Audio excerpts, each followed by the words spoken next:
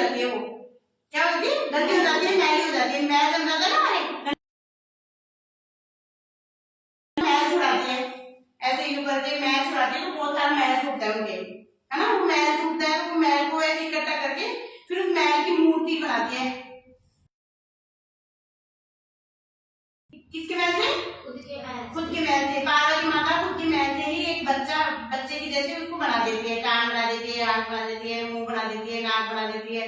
पूरा ऐसे शरीर ऐसे वो करके, और वो उनमें शक्ति तो थी, पावर थी ना, उसमें अपनी शक्तियों से उसमें जान डाल देती है, उस मैल से बनी हुई उस बालक में अपनी मतलब जान शक्तियों से उसमें जान डाल देती है, तो वो क्या बन जाता है, बच्चा, है ना। तो माता जी को कहती है कि तुम जिस जगह पे माता जी नहाती थी ना, उस स्नान घर बोलते हैं उसको, तो वहां पे जहाँ पे माता जी नहाती थी, माता जी बोलते हैं कि बाहर से किसी को, है ना, वो बच्चा ना माता जी की आज्ञा का पालन करता है, तो वो बाहर खड़ा हो जाता है, और बाहर खड़ा होकर वो किसी को भी नहीं आने देता, वो कोई भी आता है वहां पे तो सबको भगा देता है, वो उसमें माता जी की ताकत थी ना, तो उसको कोई हरा भी नहीं पाता है।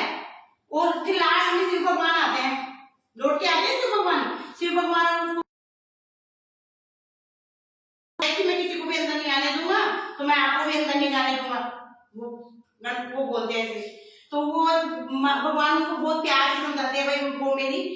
आप मुझे वहां पे जाने दो, अंदर जाने दो मुझे, वो बोलता है मेरी माता की आज्ञा के बिना मैं नहीं जाने दूंगा, क्योंकि मेरी माता, तो उसके बाद में शिव भगवान को गुस्सा आ जाता है बहुत भयंकर, जब शिव भगवान को गुस्सा आता है तो वो क्या करते हैं, उससे युद्ध करने लग जाते हैं, तो युद्ध करने लगते हैं, तो पहले तो वो युद्ध करने के लिए उनको चेतावनी दे देता है बच्चा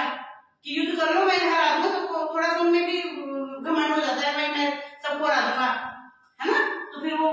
भगवान से जब मतलब युद्ध करने लग जाते हैं, युद्ध करते हैं, तो भगवान क्या करते हैं, उनका गला काट देते हैं,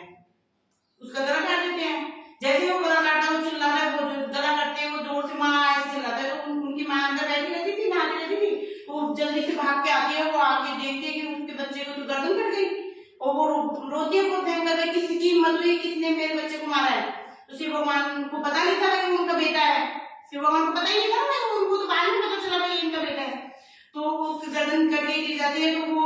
भगवान को बोलते हैं ये तो मेरे से हुआ, कि उनको वो बोलती है मैं तुम्हें सदा सुनाऊंगी, फिर वो हाथ जोड़ के विनती करते हैं कि इसका कोई उपाय ढूंढते हैं, तो माता जी बोलती है कि इसका उपाय ये है कि जो भी माता,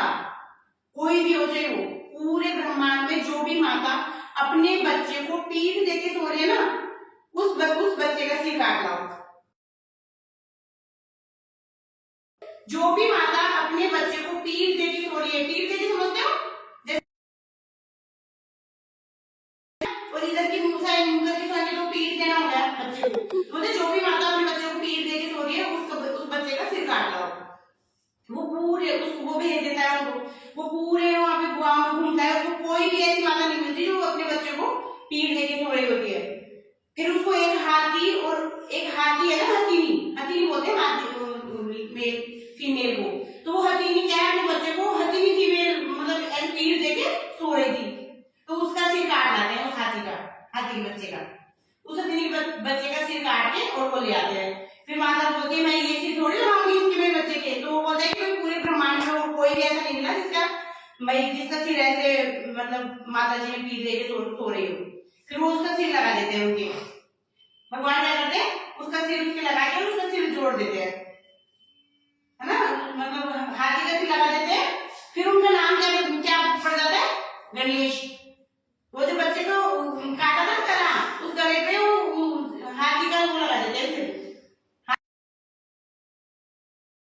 है ना, तो वो हाथी ही रहते हैं ना, क्योंकि हाथी